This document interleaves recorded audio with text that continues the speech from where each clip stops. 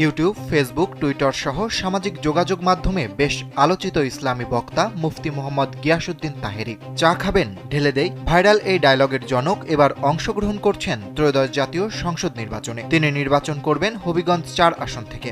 নির্বাচন কমিশনে জমা দেওয়া হলফনামার তথ্য অনুযায়ী বাংলাদেশ ইসলামী ফ্রন্টের এই নেতার বার্ষিক আয়ের প্রধান উৎস দেখিয়েছেন ব্যবসা, কৃষি এবং ব্যাংক আমানতের সুদ। তবে আশ্চর্যের ব্যাপার হলো তার উপর নির্ভরশীল পরিবারের অন্য কোনো সদস্যের নামে কোনো সম্পদ দেখানো হয়নি। এমনকি স্ত্রীর কোনো অলংকার বা নগদ অর্থ না থাকার বিষয়টিও হলফনামায় উল্লেখ করেছেন তিনি। গিয়াসউদ্দিন তাহেরী তার হলফনামায় উল্লেখ করেন, স্থাবর ও অস্থাবর মিলিয়ে তার মোট সম্পদের পরিমাণ ১,৭৯,৪৩,৮৯২ টাকা। এখন যে কোনো ব্র্যান্ডের পুরাতন এসি বদলে নতুন ওয়ালটন এসিতে উপভোগ করুন 25% ছাড়।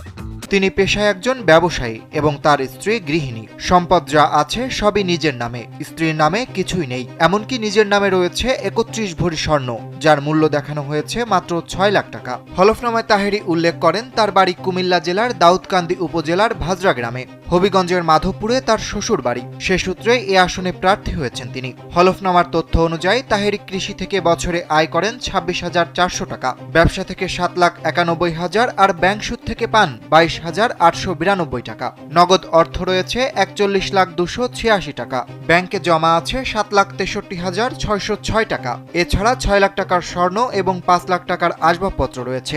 এই হিসেবে তার মোট অস্থাবর সম্পদ দাঁড়ায় ১৯,০৪,৮৯২ টাকা।